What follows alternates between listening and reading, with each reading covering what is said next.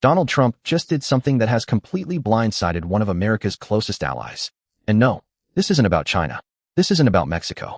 This is about Australia, a country that has fought alongside the United States in almost every major war for the last 100 years. A country with a free trade deal already in place with Washington. And yet, overnight, Australian exports just got hit with a brand new tariff. And the reason being given is one that has left officials in Canberra absolutely stunned. Stick around, because by the end of this video you'll understand exactly what's happening, why the excuse being used doesn't add up, what a US politician is now openly calling this move a sham, and what it could mean for prices, trade, and the relationship between these two nations going forward. If you find stories like this interesting, do me a favor and hit that like button, subscribe if you're new here, and drop a comment letting me know where you're watching from. Now let's get into it. So here's what actually happened. In the early hours of Friday morning, Australian time, the United States government announced a sweeping new round of tariffs affecting dozens of countries around the world. Australia was one of them.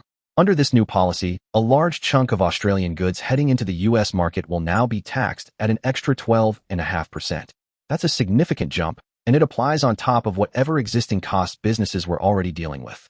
Now, the good news for Australia, if you can call it that, is that its three biggest export categories, including beef and gold, appear to have dodged this particular bullet, according to the Australian government. But everything outside those top categories is now caught up in this new tax. Here's where it gets interesting. The reasoning the US gave for targeting Australia has nothing to do with trade imbalances or manufacturing or anything you'd normally expect. Instead, the US Trade Department claims Australia is one of 54 economies that have failed to properly stop the importation of goods made using forced labor. In plain English, the American government is essentially saying that Australia isn't doing enough to block products made by people who are being exploited or enslaved somewhere in a supply chain. Now, Australia isn't alone on this list. Other major economies named alongside it include Brazil, China, Egypt, Israel, Japan, New Zealand, Norway, Russia, and Singapore, all facing that same 12.5% penalty. There's also a second, slightly less punished group of countries, including the UK, India, Indonesia, Canada, and Mexico, who are being hit with a 10% tariff instead, because the US claims their issue is more about enforcement than having no rules at all. To put the scale of this in perspective, this new tariff plan reportedly touches the top 60 trading partners of the United States, covering the overwhelming majority of everything the US imports. So this isn't a small, isolated policy tweak. This is a massive restructuring of how the US taxes goods coming in from nearly the entire world. Now let's talk about why this is raising so many eyebrows, especially when it comes to Australia specifically. Australia has one of the most respected legal frameworks in the world when it comes to fighting modern slavery and forced labor. It has dedicated legislation specifically designed to track and eliminate forced labor from supply chains, and it's often held up internationally, including by American officials in the past, as a leader in this space. So for the US to suddenly claim that Australia isn't doing enough looks, to many observers, less like a genuine concern about human rights, and more like a convenient label being slapped onto a tariff that needed a new justification. And that timing is key.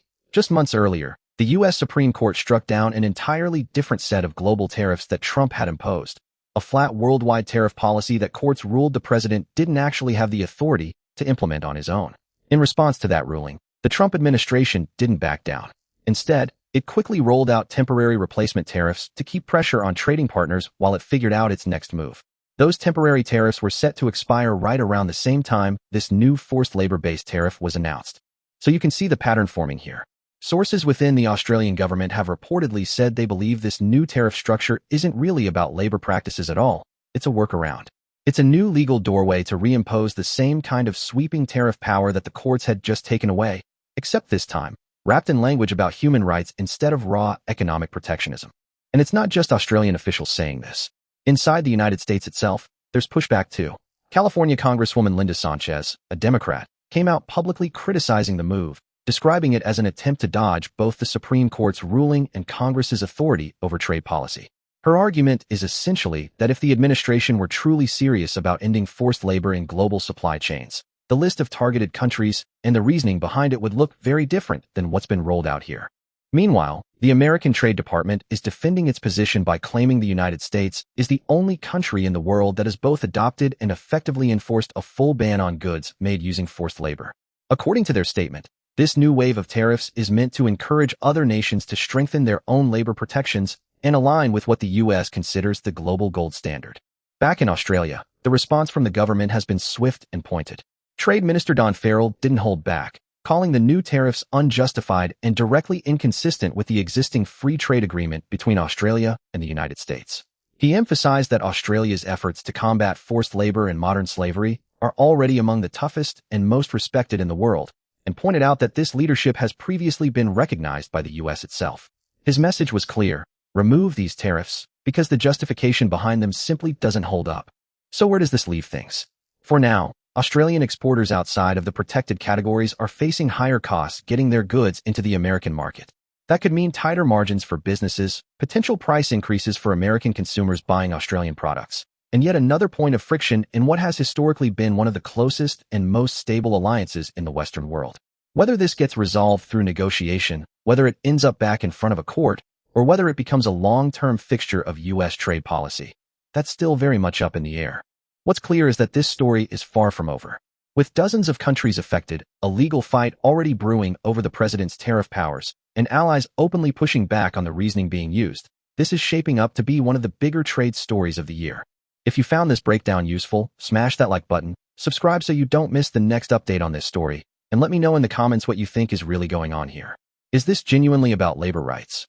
Or is it a workaround for a bigger legal problem? I'll be back with more on this as it develops. Thanks for watching, and I'll see you in the next one.